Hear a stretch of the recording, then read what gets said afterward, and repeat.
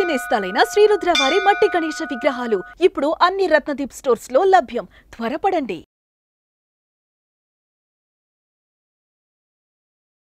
ఇచ్చిన దానాలు బ్రాహ్మణుడు తీసుకున్నట్టే తీసుకుని అవి తీసుకెళ్లి మళ్ళీ అమ్ముకుంటుంటే ఎటువంటి సందేహం లేదు. ఆల్రెడీ బోల్డ్ మంది కందులు ఇచ్చారు, ఇంట్లో బోల్డ్ అంత కందిపప్పు ఉంది.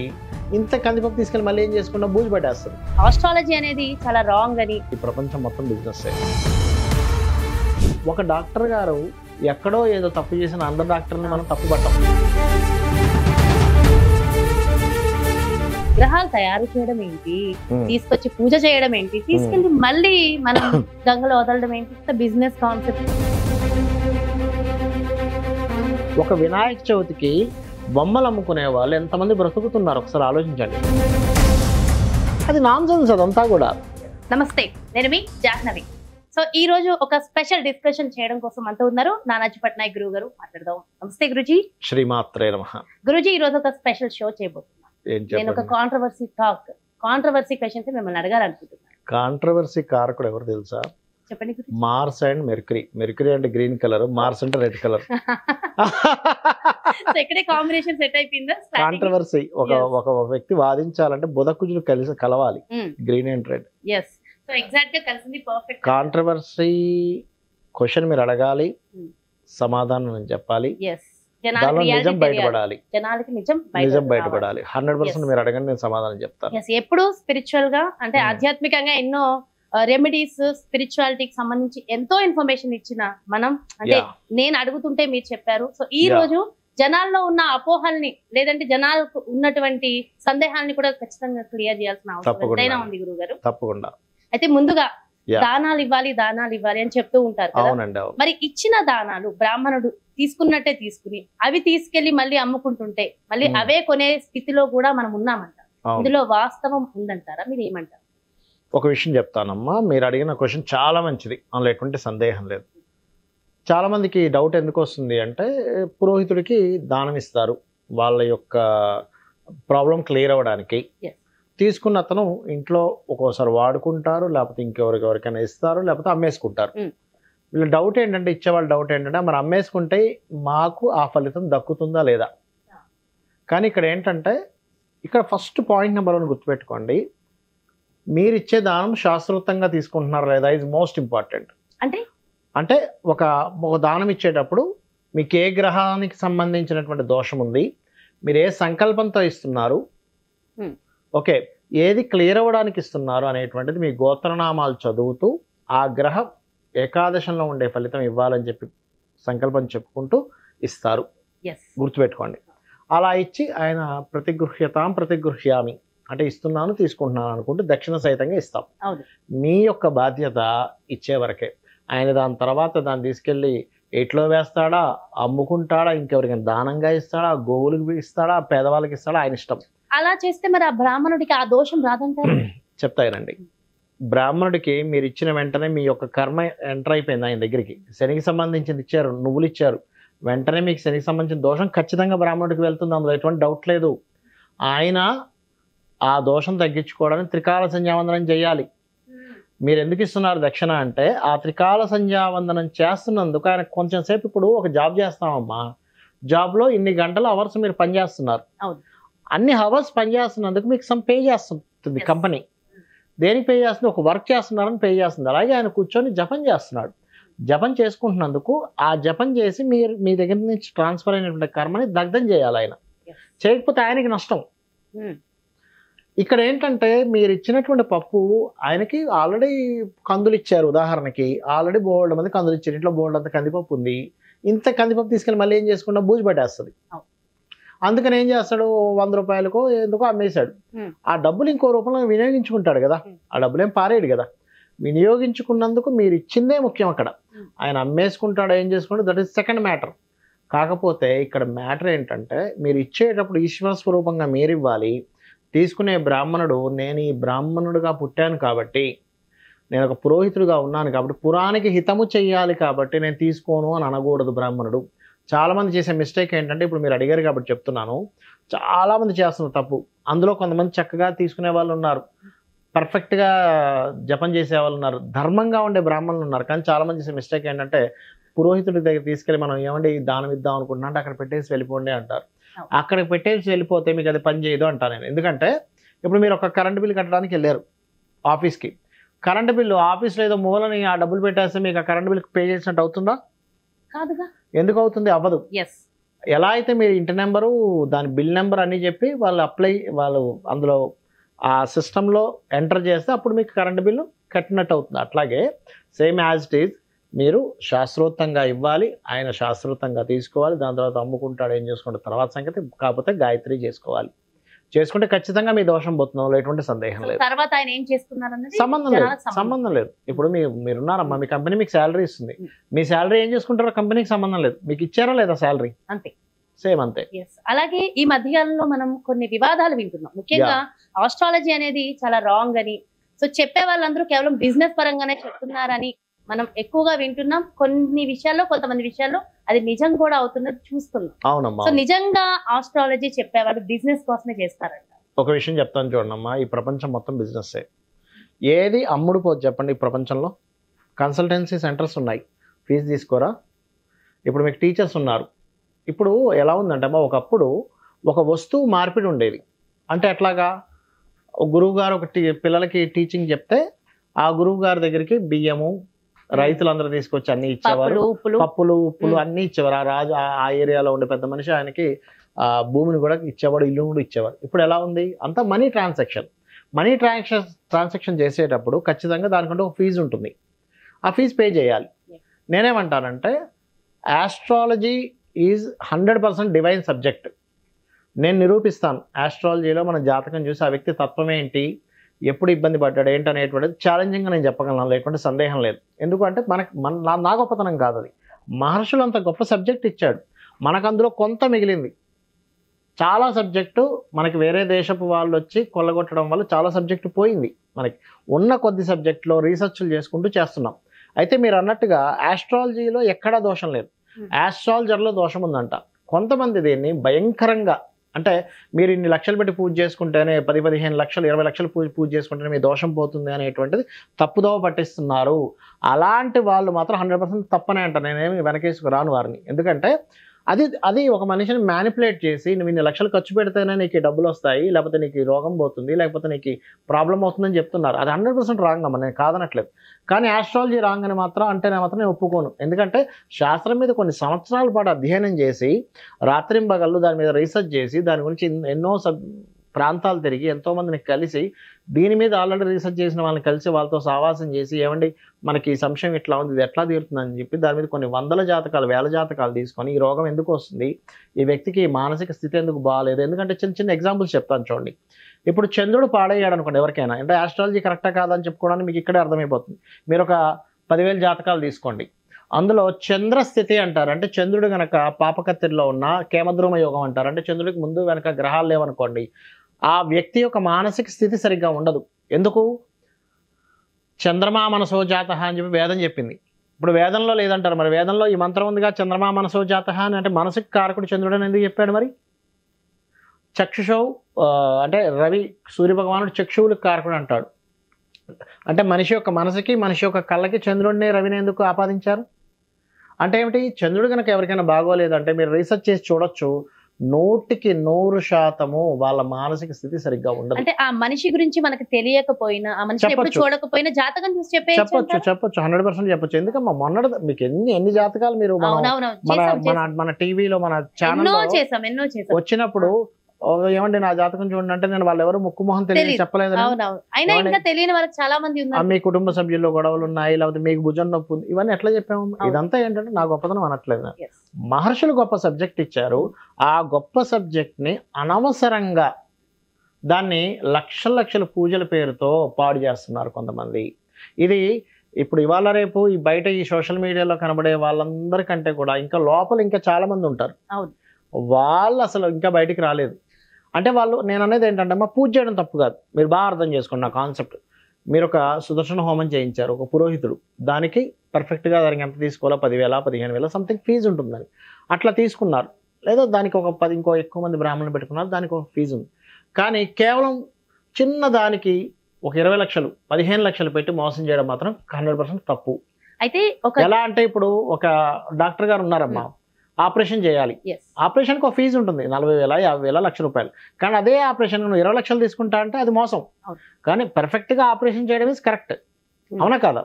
అలా ఏంటంటే జ్యోతిషాస్త్రం ఉంది, శాస్త్రం ఖచ్చితంగా పనిచేస్తుంది.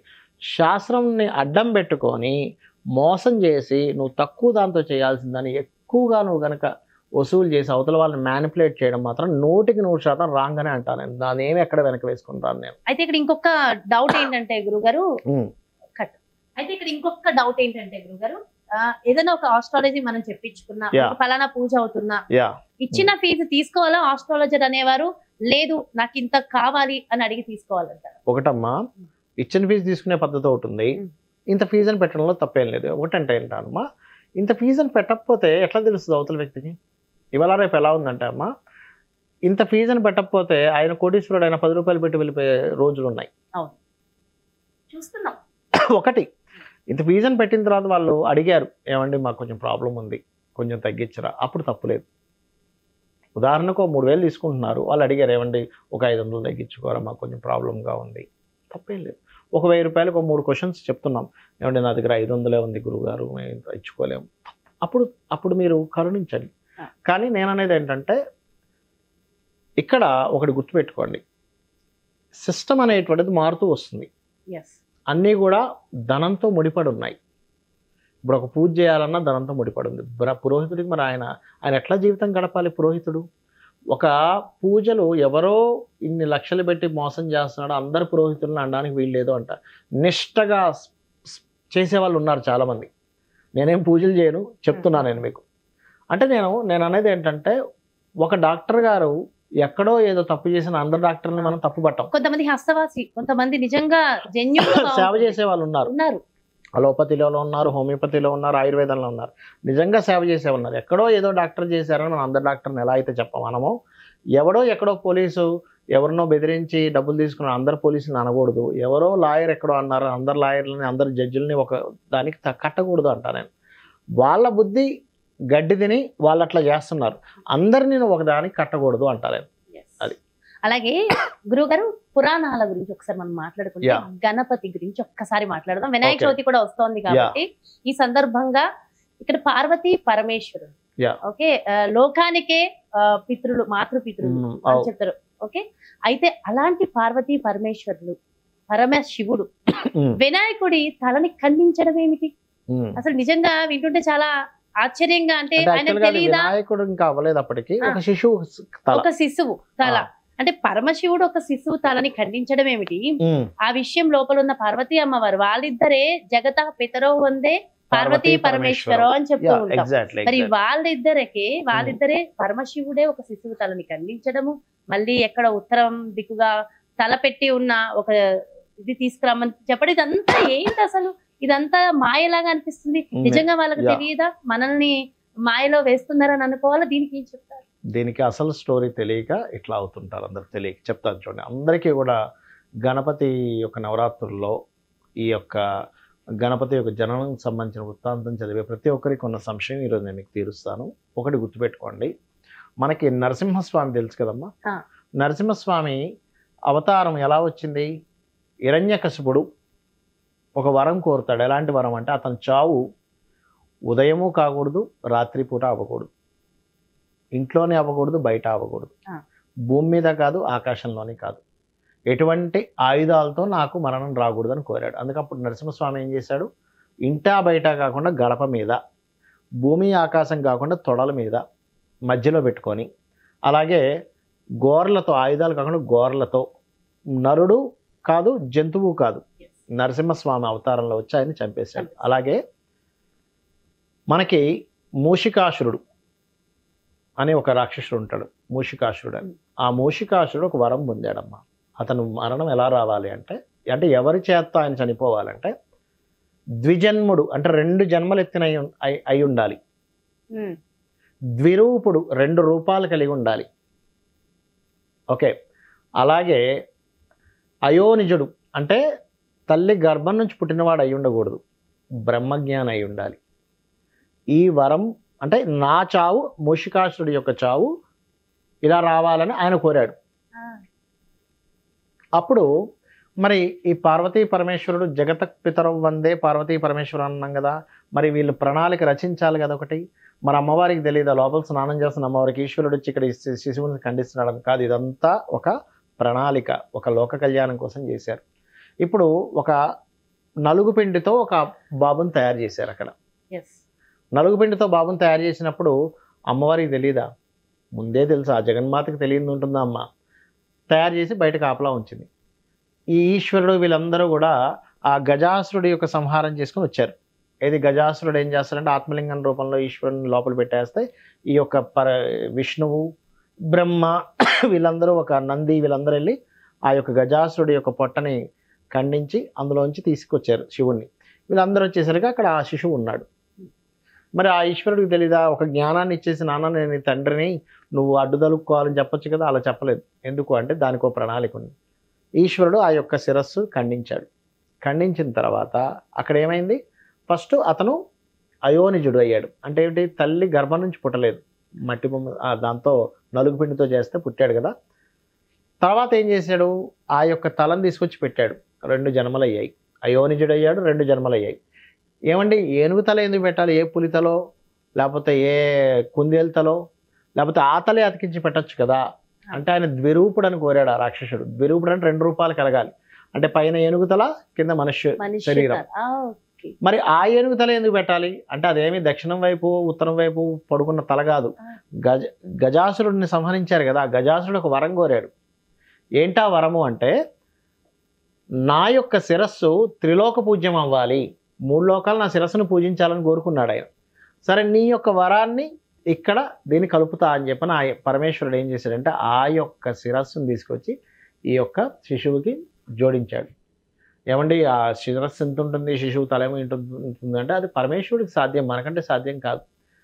అప్పుడు ఏదైతే అయింది? త్రిలోక పూజ్యమైంది. బ్రహ్మజ్ఞాని, అయోనిజుడు, ద్విజన్ముడయ్యాడు, ద్విరూపుడయ్యాడు. అలాంటి వాడితో మూషికాసురుడు సంహరించాలి. అందుకని ఇదంతా ప్రణాళిక, లోక కళ్యాణార్థం జరిగింది. లేకపోతే ఆ పరమేశ్వరుడు తెలియదా? ఆ ఒక్క చూపుతో ఆయనకి మొత్తం అర్థం కాదమ్మా ఆ శిశువుకి. ఆ పరమేశ్వరుడు రూపం చూసి ఆ శిశువు ఎందుకు కొట్లాడతాడు? లోపల అమ్మవారికి తెలియదా? మొత్తం జగన్మాత సర్వజ్ఞ అంటారు అమ్మవారిని. సర్వజ్ఞ, అన్నీ తెలుస్తాయి, ఆవిడికి తెలియదా? కాబట్టి ఏంటంటే ఇదంతా ఆ మూషికాసురుణ్ణి సంహరించడానికి ఆ పార్వతీ పరమేశ్వరుడు లోక కళ్యాణం కోసం ఆడినటువంటి ఒక లీల. అలాగే గురుగారు, ఇప్పుడు మనం వినాయక చవితి గురించి ఒక్కసారి మాట్లాడుకుందాం.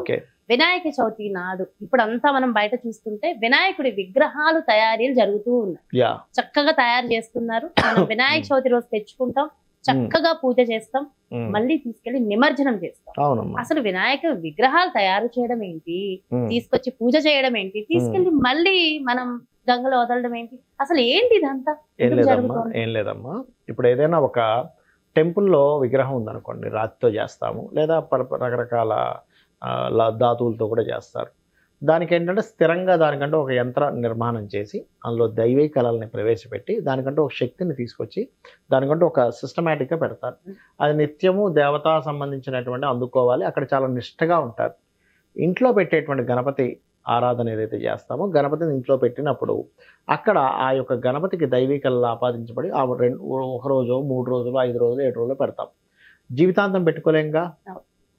అంటే జీవితాంతంగా ఇంట్లో ఉంటే చాలా నియమనిష్టలు పాటించాలి. అలాంటప్పుడు ఏం చేయాలి? పంచభూతాల్లో ఒక దాంట్లో అది కలిసిపోవాలి, నీళ్ళలో కలిసిపోవాలి. మళ్ళీ ఆ దైవీ సంబంధించినట్టు, అందుకని నీళ్ళల్లో వేస్తారు. అర్థమైందమ్మా?